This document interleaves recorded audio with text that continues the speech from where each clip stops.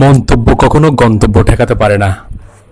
একজন শওকত যেমন এরকম বিশাল একটা জাহাজ চালাচ্ছে, আর অনেকগুলো শওকত অপেক্ষা করছে।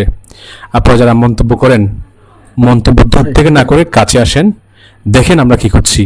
একটা দিন আমাদের সাথে থাকেন, একটা রাত এই বাবা মাদের সাথে কাটান, বুঝবেন আমরা কি করি। যারা মন্তব্য করেন, অনুগ্রহ করে আপনাদের প্রতি বিনীত অনুরোধ, মন্তব্য না করে কাছে আসেন, দেখেন আমরা কি বলি। দেখার পরে আপনার মন্তব্য, আপনার পরামর্শ, আপনার নির্দেশনা আমরা অবশ্যই মেনে চলব।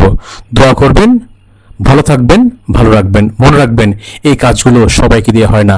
সৃষ্টিকর্তা বিশেষ কিছু মানুষকে পাঠান এই কাজগুলো করার জন্য। এই কাজ যদি পৃথিবীর সবাইকে দিয়ে হতো, তাহলে মানুষ রাস্তায় পড়ে থাকতো না।